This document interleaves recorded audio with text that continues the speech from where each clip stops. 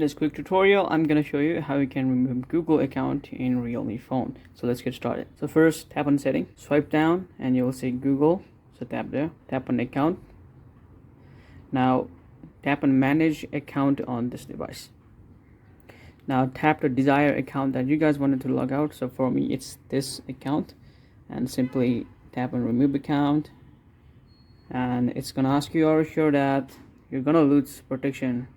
So yeah, tap on OK and enter your PIN, and there you go. You guys have successfully removed your Google account. Now you will need to log in with your other ID if you guys are using Play Store or whatever Google stuff. You can see that we are signed out successfully.